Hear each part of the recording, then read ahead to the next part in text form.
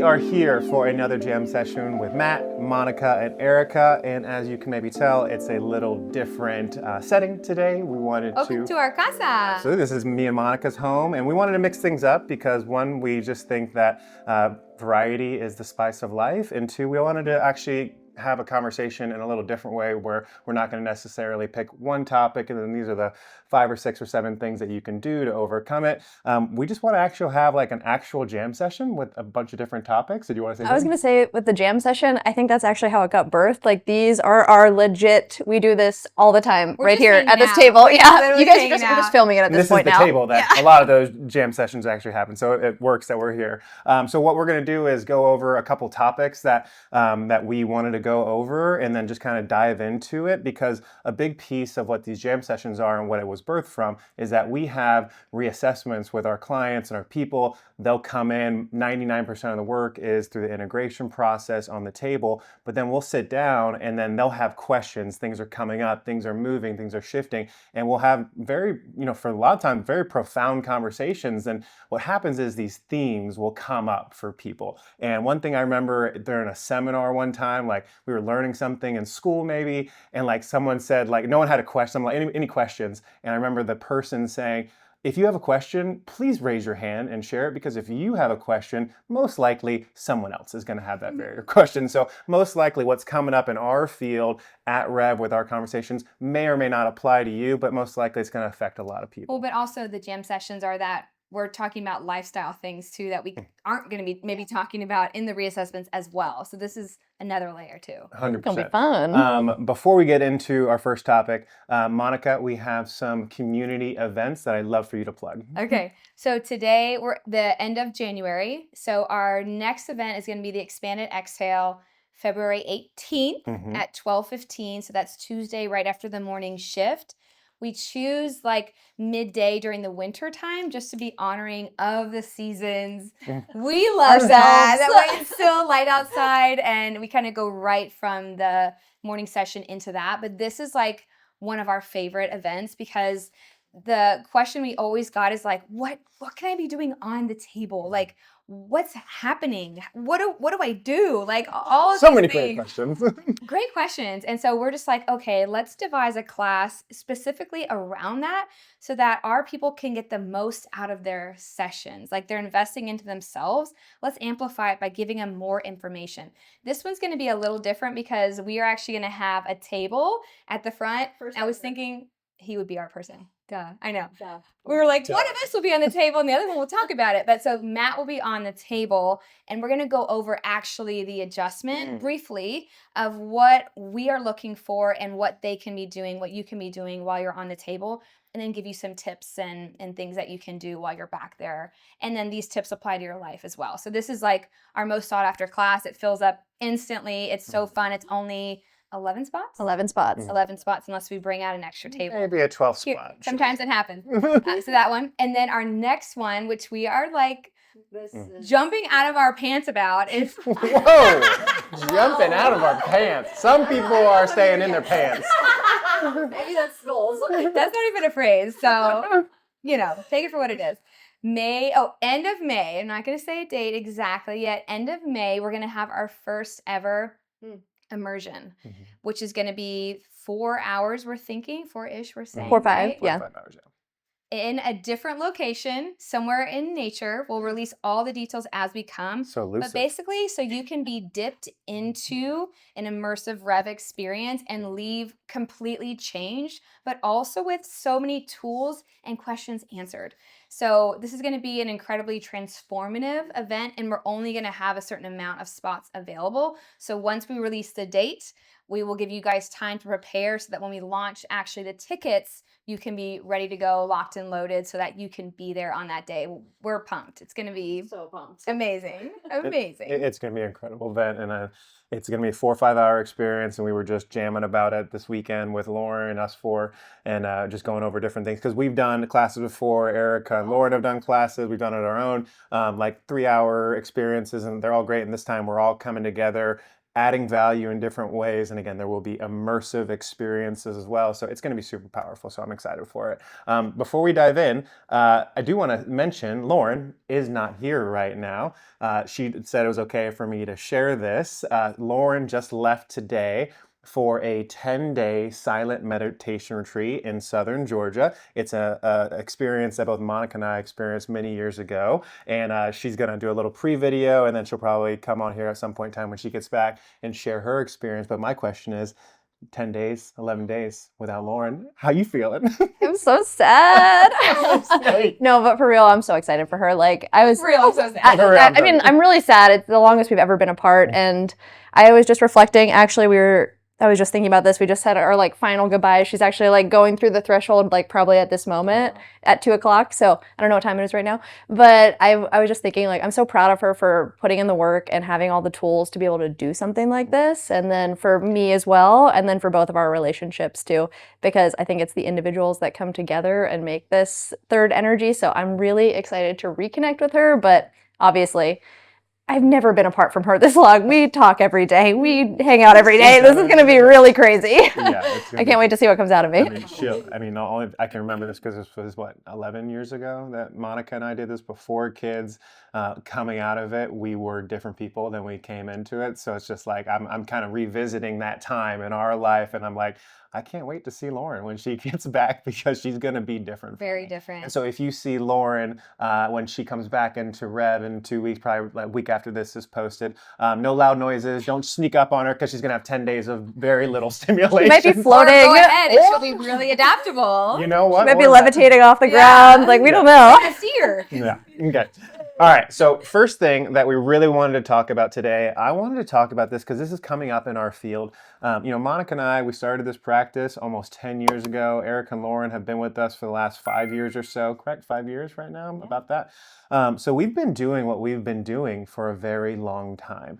And when we first started, we were explaining what Rev is, what the integration process is, and kind of finding our way. But then eventually, like with any business, you kind of figure out, okay, this is how I want to communicate what we do, and this is what we do and who we are. And now we're here almost a decade later, and why I love my wife, Monica, so much, because she has this not annoying, but somewhat annoying characteristic that she's never fully satisfied, which is a beautiful trait. But she always wants insatiable hunger to just be better. And so recently we have just been talking about like, what is Rev? What is our message? And I think that Monica and Erica, I'd love to hear from you guys, like thinking about this process, thinking about what Rev is, how we take people through a journey and process. I think this would just be a really good conversation for any newbies that are into Rev, anybody that hasn't been into Rev, and even the people that have been around for 8-9 years, like, what is the Rev experience all about? What is it that we do, and how do we support people?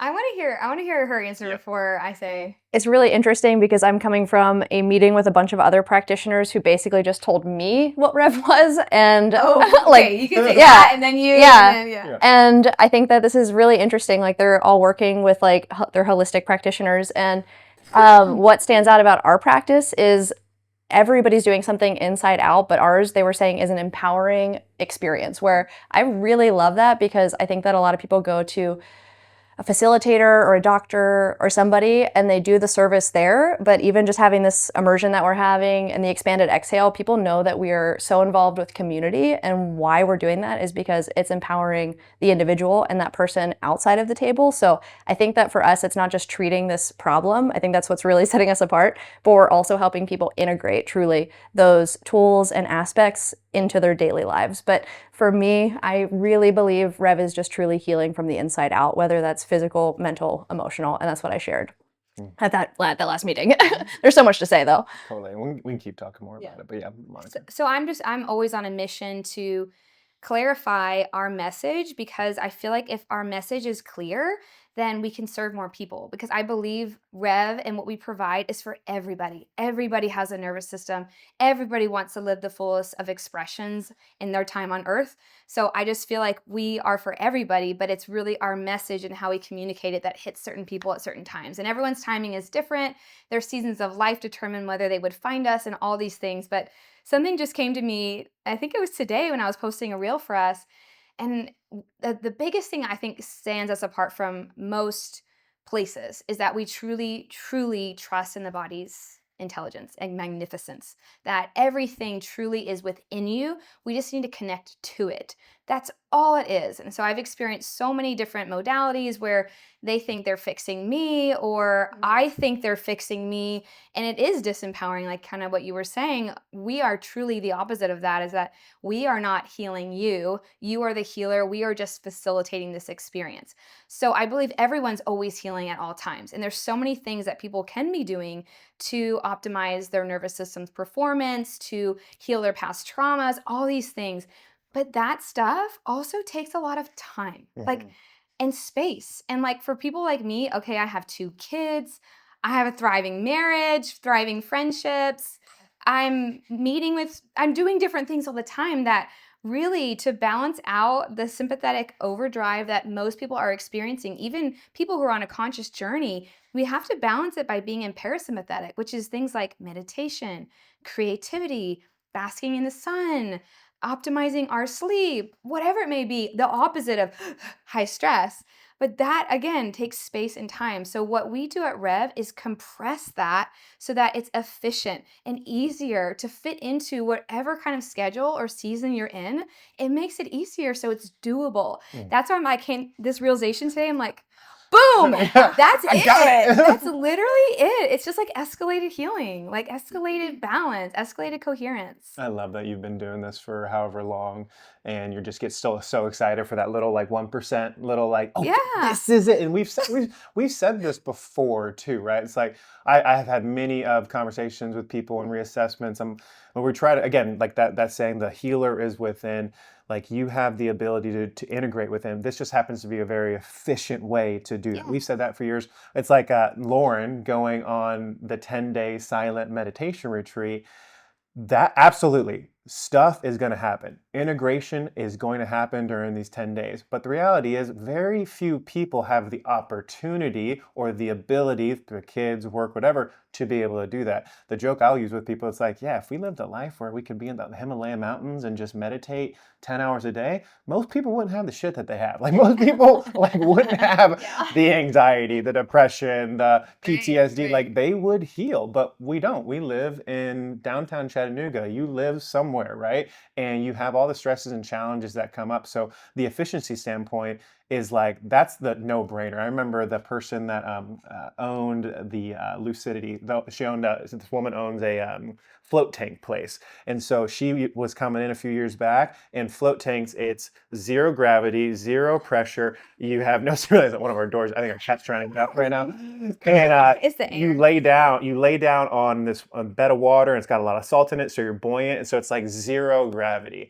And within it, it helps you to get into a deep meditation. And I remember she sharing with me, she's like, I love coming here because I can do this for half the time and I don't get wet and I don't have to dry off. Not a big production. The production, absolutely. Oh yeah. So making it simple. And then the other piece of it is like what I'm thinking about, like this was Monica's aha moment. And I was just thinking about like with this content that we're creating, like we're into a whole lot of things. And if you watch the 33 previous videos that we've made, it's like we talk about nutrition, we talk about movement, we talk about energy, we talk about spirituality, we talk about a whole bunch of different things.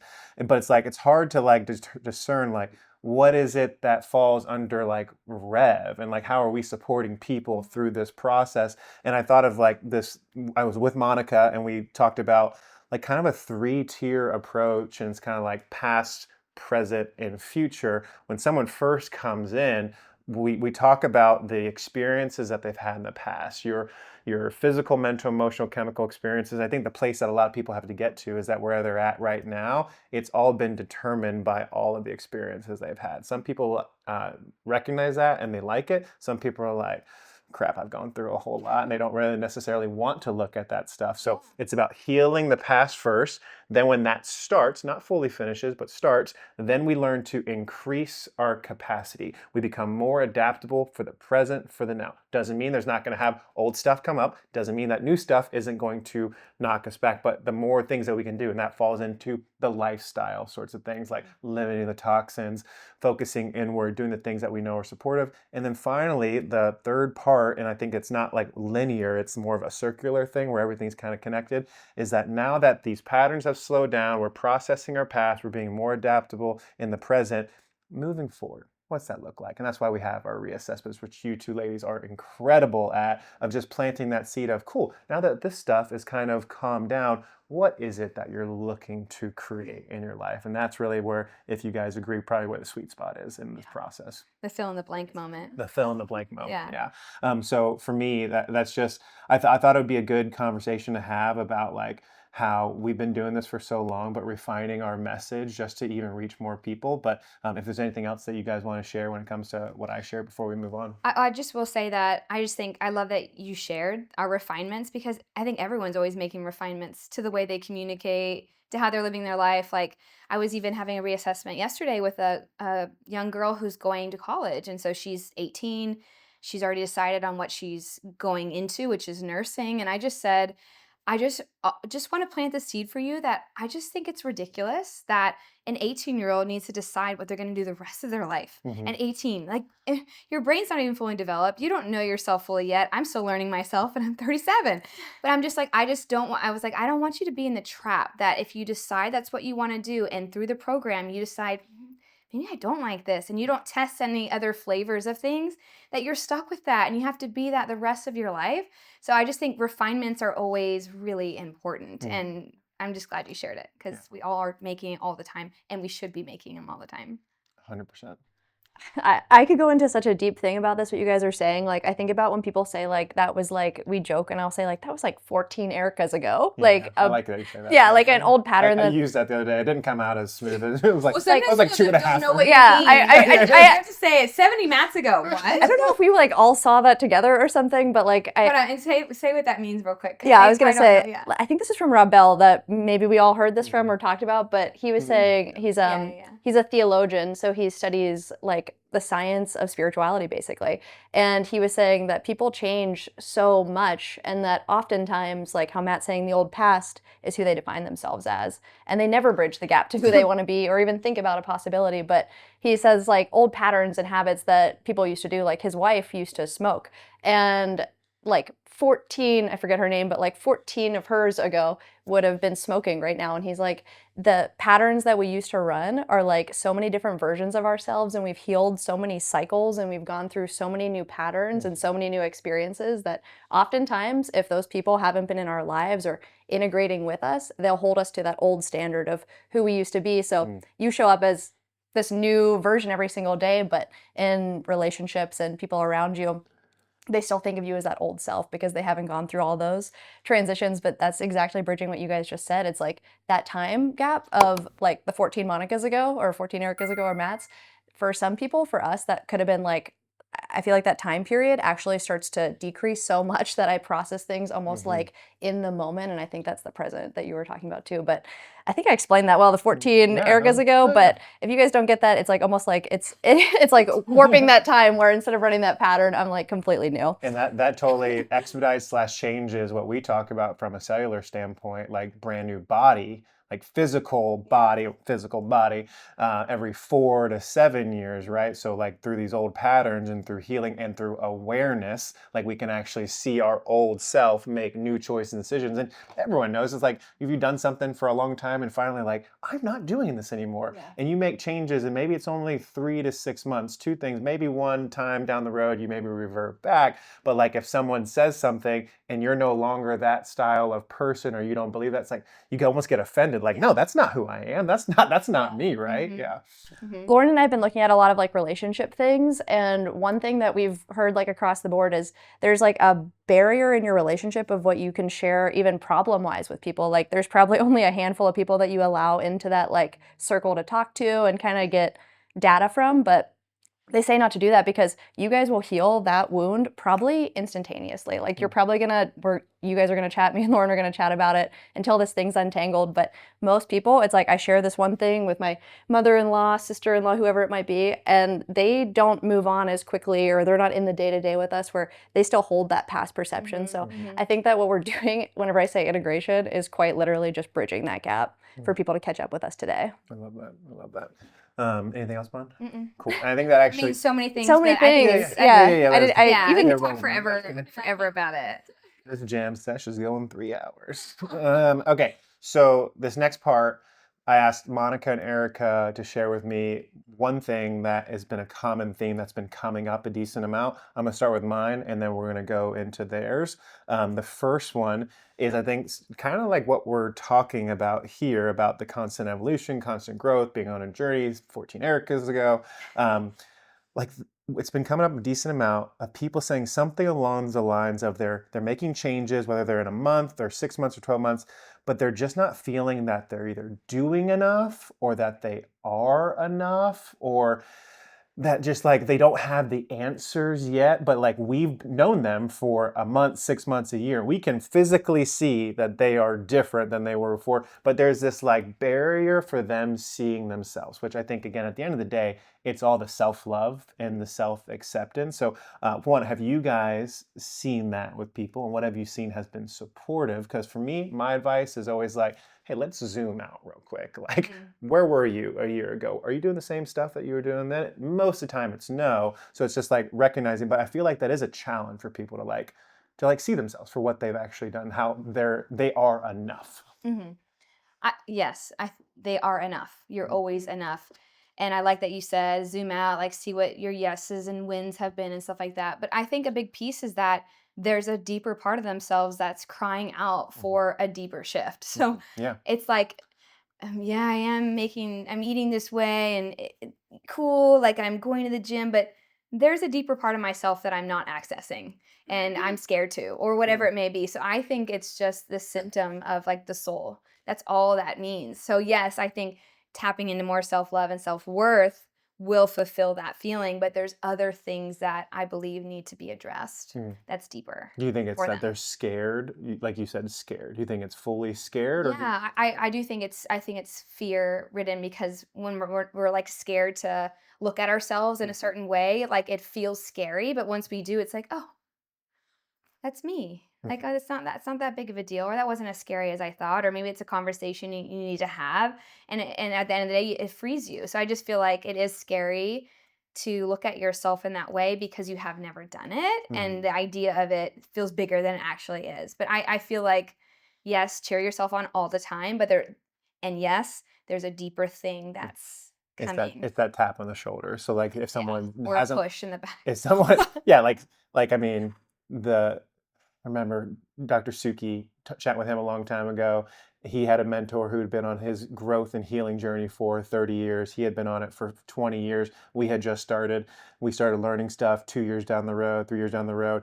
You were wanting to learn more. And I remember him saying, like, I would think that if there was a place to arrive to, that we would never have any more issues, I probably would have gotten there, and my mentor would have probably gotten there already. But he's like, it's still constant. I didn't really, I heard it, but I didn't like own it. Now I understand it. It's like there is nowhere to be. There's always going to be these things that come up, and it's really your decision. Like when you're getting that tap on the shoulder, even 5 years down into your own healing journey, it's like you get the opportunity to listen. Sometimes we listen right away. Sometimes it takes a little bit of time as well. I think that's a great point. The delusion that everything will be happy or gone one day or whatever it may be, or my symptom, I no longer have symptoms. I said this the other day when I was sitting down with someone. But so we always say this in our videos too. Like this has come up many times, but that's a piece of it too, that I think people are like, oh, I'm not seeing the changes because they're thinking everything's just going to go away one day. That sounds great, but that's just not how I believe we're designed, and that's not been my experience being on this journey for so long now. So I think just removing that delusion is going to serve the present moment right now and the future so much. I feel like when someone first comes in, we paint that picture like this, and I think about it like this is going to be a car ride, like we're going somewhere. And whenever you said that, Matt, what comes up for me is they've either lost sight of their North Star goal or they have overshot their North Star goal. And what you're saying, Monica, maybe it's time to reevaluate because something in me is feeling maybe like they have this, I think this happens really for us when people are under care for a while and they actually have this sense of alignment and they've felt into that, they've tapped into that, and they know what that feels like. And then all of a sudden it's like what's that, like glass ceiling? You break through the glass ceiling and you feel like a beginner again. And they're like, I'm so disoriented and all this. And I'm like, actually, I think this is probably just the next level and it's time to reestablish again. Like, I'm a completely different person. Like, I tell people all the time, like, this journey that we're going on, you're driving the car, I'm sitting in the passenger seat. I'm here to navigate, and like we're going to Colorado. Like, I'll tell you when we pass, I don't even know what's in the way, Kentucky. What in the States? Trying to pull up a map in the head. Okay, my bad, but I'm here to tell you along the way, like when we pass these signs, when we start passing these signs, I'm here to say, hey, we're still on track, we're doing this. And then by the time we get to Colorado, it's like, maybe we want to keep going. And from that point on, we create a new destination for ourselves. So that's what came up for me whenever you shared that. I think that's all, sorry to interrupt, very fitting with we're at the end of January. So like people are a couple weeks away from thinking about their New Year's resolution or how they want to be different this year and all of those things. And I think a big thing is reminding yourself of where you're going. Like, I think that's such an amazing and powerful exercise. So something you can do right after this video ends is like, where am I going? What do I want to feel like? And so when I asked someone this the other day, and she's just having a really hard time with like, she's like, I know I should be working out. I know what to eat, and I'm not choosing to eat the right foods. I'm not choosing right with like sleep and stuff like that. So I'm on my phone in the middle of the night, like when I'm up and watching videos, and I just know all these things, but I just like can't move in the right direction. And I'm like, okay, there's lots of things here. I said, what do you want? And she's like, well, I want to feel like, she said a bunch of things. And the biggest thing she said was, I just want to like exude, and I actually hear this from a lot of people, especially women. I just want to exude this radiance that impacts other people. And I'm like, there it is. I said, okay, here it is. You have to change your choices that you're making. It's all about self-love at the end of the day and self-worth. Like, I'm going to choose to not eat this Twinkie from the snack machine when I'm at work because I'm choosing myself instead of this. And maybe I'm ahead of the game and I'm bringing healthier snacks in my bag so I can still satisfy that sweet tooth, blah, blah, blah, blah. But at the end of the day, I'm choosing to not eat that Twinkie, because when I eat that Twinkie, then I'm just digesting a lot, I'm processing a lot. And when I'm next to Sally, my coworker, I don't feel like I want to engage with her as much. So I'm kind of just like not really present with her. However, if I didn't choose that Twinkie and maybe I chose a healthier snack, whatever it may be, or I didn't choose anything and I just had some water, when I was with Sally, I was more engaged with Sally. I exuded this light that I was emitting, and it changed Sally's day, and we had the best time, and I felt good because of it. So her value point was actually serving other people.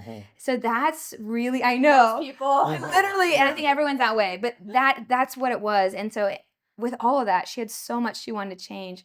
I said, just start with one category. I said, let's not go over even your morning routine necessarily or this or that. Let's just go to sleep, because there was a lot of decisions that she didn't want to be making in regards to sleep. When you sleep properly, you wake up better, your hormones are more level, you're processed, you're not eating late at night, you're making all those decisions. So also pick a category. I think I just wanted to say that as far as how that tied in. That's important. Just start smaller, but it's big. I love that. It's just one small decision over and over and over again, and then eventually it's like these massive changes. I also think about the conscious competence, unconscious competence. Essentially, there's 4 different categories. You can be conscious or unconscious. You can be competent or incompetent.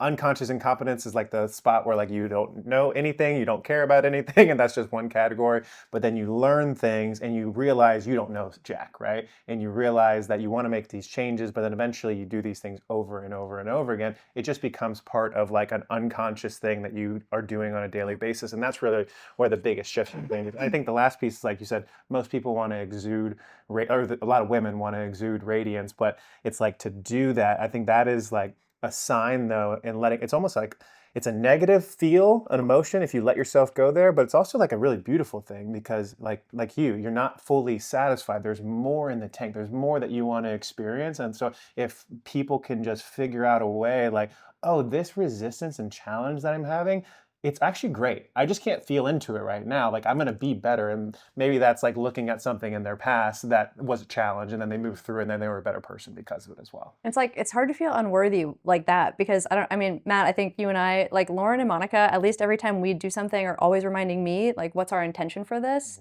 And when that's asked, it's almost like if we're going into a trip and someone's like, our intention is to connect, have a good time, it kind of doesn't really matter. We say make magic or something, but like it's like it doesn't really matter what the container is. It's like the feeling is activated. So I think it starts with like, what's my intention? And then that feeling is going to show up so many times in the day. And then at the end of the day, it's really hard to feel unworthy. Like maybe that person didn't do that exact thing they wanted, but they got that feeling, and that feeling just builds upon each other too. So yeah, I feel like this is a deep that could be a whole other philosophical conversation of feeling stagnancy versus feeling growth, and like going to that leading edge of being satisfied with everything that you have and everything that you want, but also like, yeah, I'm good with what I got. And that's, I think that's the whole life lesson that we're all here for. If anybody's got that answer, let us know in the comments. All right, so that wraps up. You could sit right here Right with here. us. We gotta. Lauren might be gone for 20 days. Who knows? Okay, so next one, number 2. Erica shared this, something coming up, and this is something that, man, people will. Almost everyone shares this, that they start going through the integration process and think, oh, their old stuff starts healing, things are coming up to the surface for them, whether it's through our neurointegration process, maybe they're doing more yoga or doing meditation, maybe they're having difficult conversations, and they say something along the lines of, man, I got all these emotions that I don't normally feel. Some feel new, some feel old, doesn't necessarily matter, but they're coming up for me and I'm feeling them more. And the question is, what do I do with them? So Erica, you brought this up, so I'd love to hear from you. Yeah, I think about like kids whenever this happens, because when kids start getting adjusted, the changes are just so drastic comparatively to adults. But I think about this one kid that came in several years ago at this point, and his parents had been saying that he was having like all these tantrums and stuff had been going on, and he was just crying all the time and really disruptive to the family. And when one person's dysregulated like that, it really dysregulates everybody. But they were saying that they brought him in. His name was Teddy, or we'll say that for now, but he came in, he got adjusted. And I remember after the first session, his parents were like, he was like crying, holding us. It was like almost unmanageable how much emotion came up out of him. And the next day, I checked in with him again, like we usually do.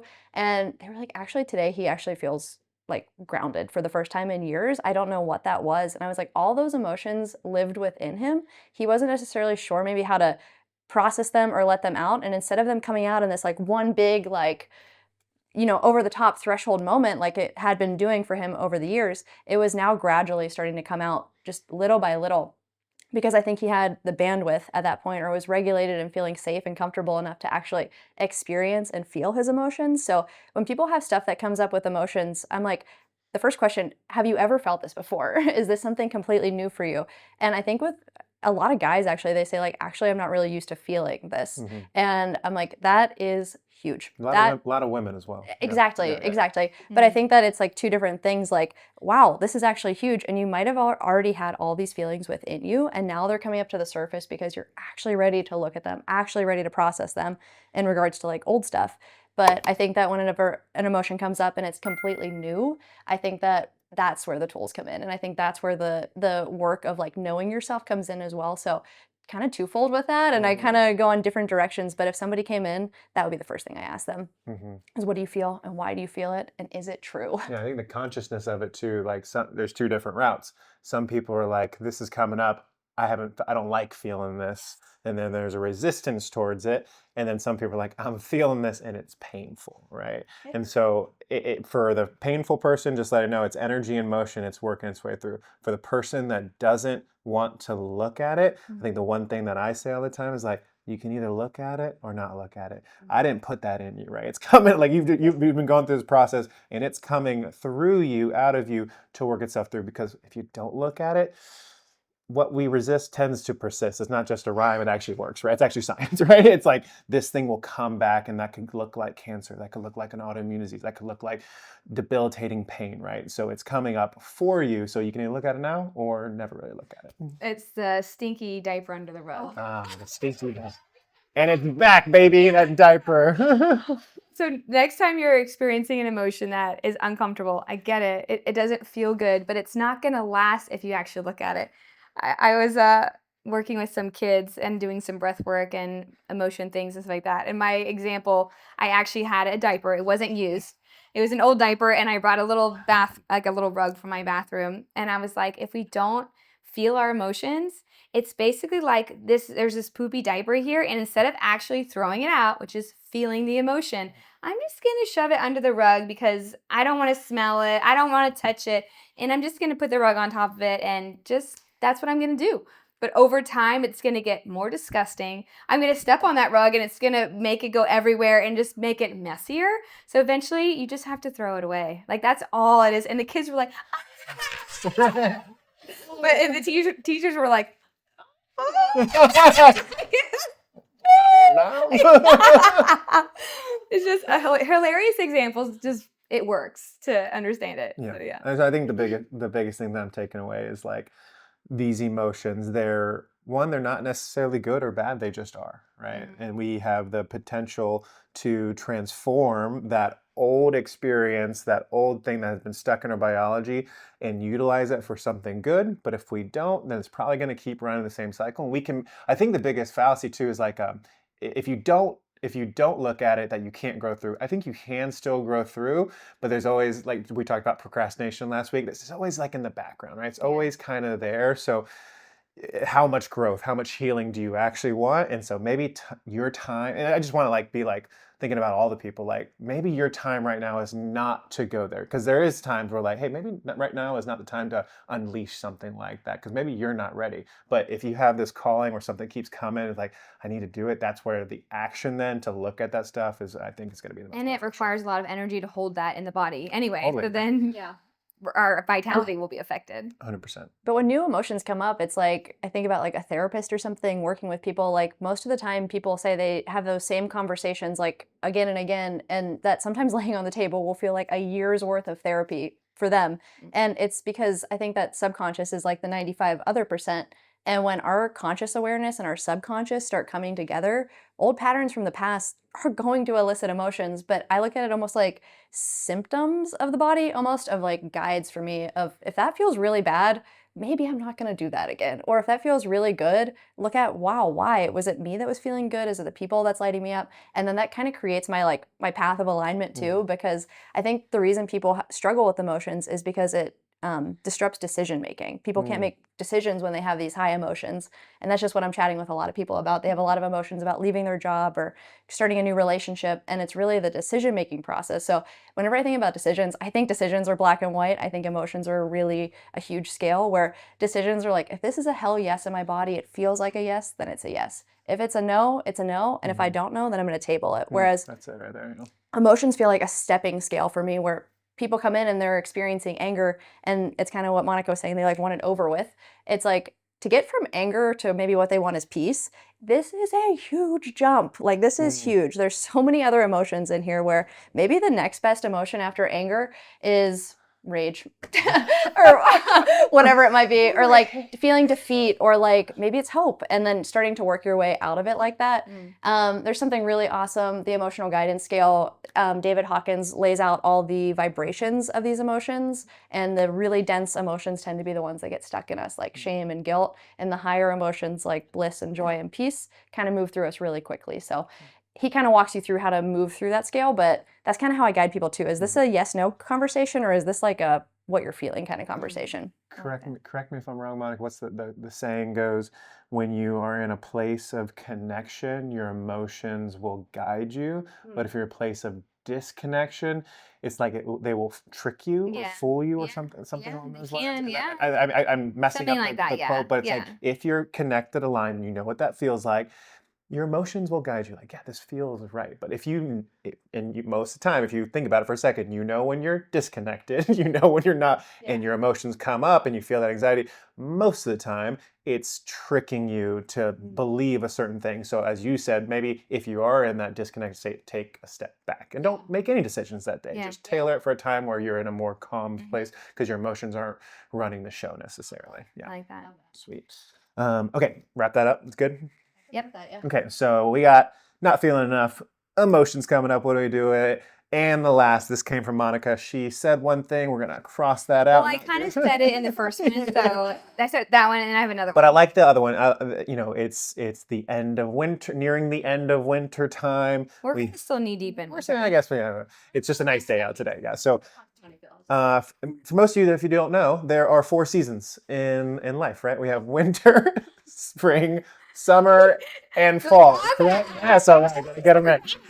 And there's a lot of research and data to suggest that we as human beings are synced up with weather and synced up with how the earth rotates and how we rotate around the sun and the moon. And there's a lot of different evidence about that. So what's been coming up for you is, and I'll let you kind of speak more about it, is like syncing up with the seasons. We did an email a couple of weeks ago about Ayurveda and how when it's hot, how certain foods to eat, when it's cold, when it's certain things to do, being outside more, being inside more. But people are asking, like, what do I do during this winter time to feel better and just to, I guess, more synced up? And they're not even actually asking that. Most people are It's just coming saying, it's so cold, like I'm just so angry about it. And I was one of those people. I was not. I was like, my it's cold, whole baby. life, my whole life. So it's coming up for me also. This has been my best winter of my entire life. She does say that, by the way. I'm doing so good, aren't I? This is my best I'm winter. doing this is my That's best what I winter. said. She's like, I haven't complained at all, right?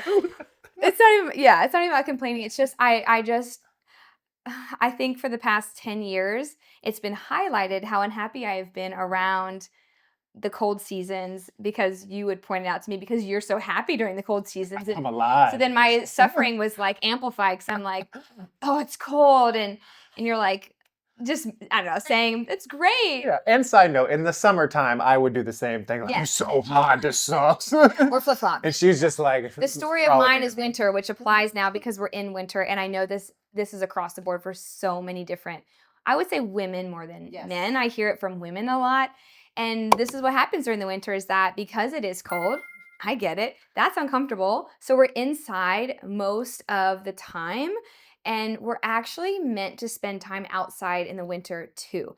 And so this transition the past couple years of me introducing myself more outside in the winter time. And it's not like I'm in a bathing suit going on a hike when it's 8 degrees. I'm not saying at this point I probably could. Who's going on a hike in a bathing suit anyway? You are actually. She's done it. I've seen it. Okay, I would. My son threw one. I would. But we're supposed to actually sync with the season. So like when it is hot outside, it's good for us to be hot when it's hot outside. Like that's good for our body. And winter, it's good for us to be colder when it's cold. Mm-hmm. And so this, to me, like being outside and getting sun is like the ultimate, I can do anything when it's sunny outside, but it is challenging when it's not sunny outside.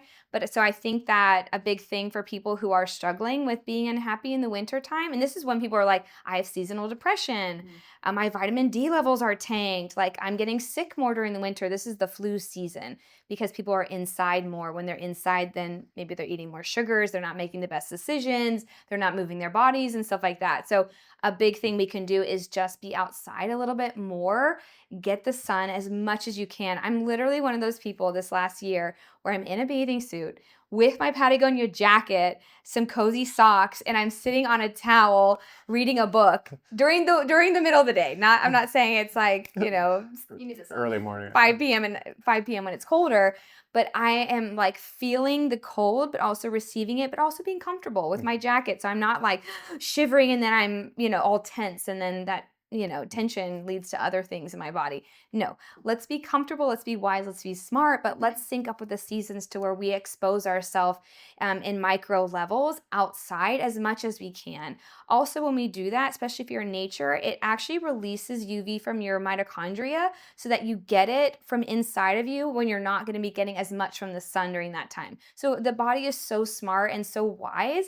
We just have to sync up with it and be with it during that time. So that's what's coming up for me. I know I want to hear from you because you're not as warm in the winter as he is, but what has helped you? I feel like what you just said, Monica, like the myth buster of it all is that every season we should always be the same. Like, I feel like that's basically what you just said. Like, we're meant to be adapting and changing, and the seasons are part of it. So to think that I should be feeling exactly like, I love to hang out in a creek in the summer and be in the water. Snorkel. Yeah, and like be in nature and do that.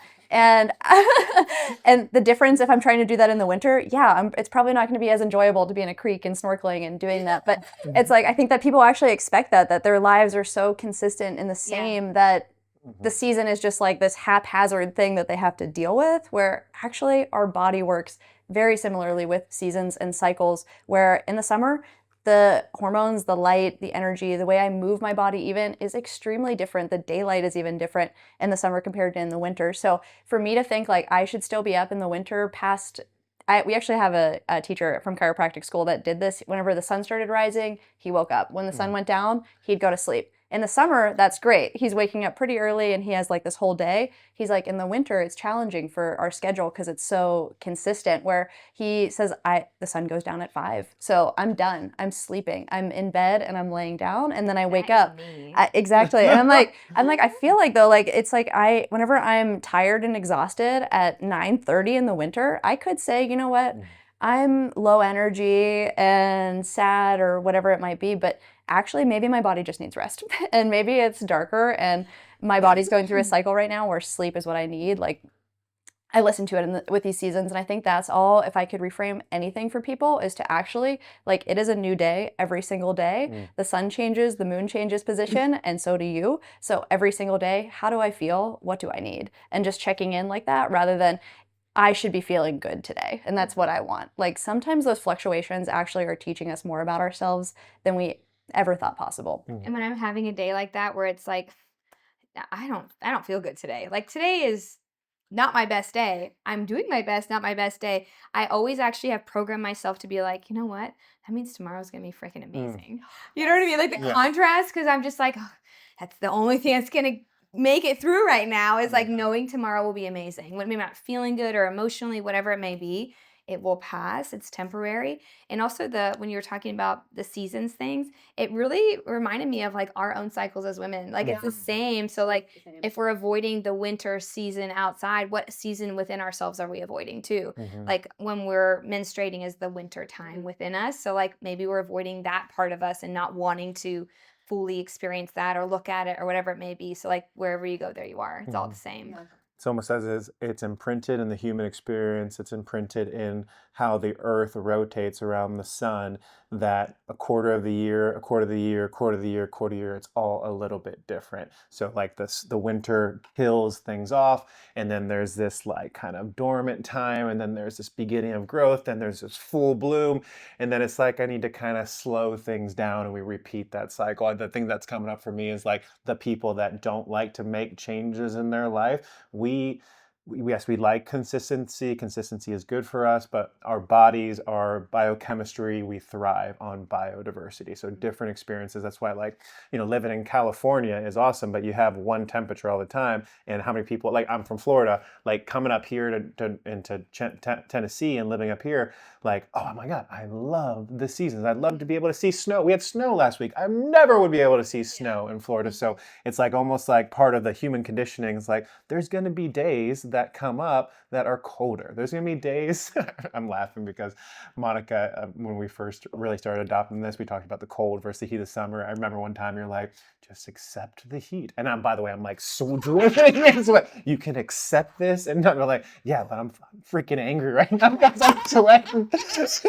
So, His back is wet. Like I promise you, my soul is accepting. My physical body is rejecting. maybe this summer will be your best summer My ever. best summer ever. Best winter. Yeah, Just got the craziest deja vu, so maybe it will be. That's hilarious. That's hilarious. I think that the seasons and just the cold, especially, and then the extreme heat. It's just a microcosm of like our life. It just allows us to be okay with extreme conditions, extreme challenges, and just know it's all part of it. It's all good. And it's like the more that we can come from your place of like, tomorrow's going to be great, right? Like that's a conditioning we have to be first consciously aware of Yeah. first, and then it can be kind of the default, which is beautiful. And also it came to me that if I'm not like tomorrow's going to be amazing and I actually like feed into how I'm feeling, it will elongate that mood. Yeah. So that's also why I'm just like looking at where I'm going with it. And I know it's temporary. And the suffering right then and there. Yeah. It's like you get to choose your suffering is actually what it feels like. Because if you relax into the seasons changing, relax into the rhythm of your body, you go on this other wavelength where you actually start using that energy. Where if I'm in the winter and I'm like, no, I'm summer, summer, summer, summer, summer, summer, summer, like I'm resisting energy. So actually just like even efficiency wise too, this actually goes back to the emotions, like, and that too is what I think. Like, yeah, it's the winter, yeah, it's cold.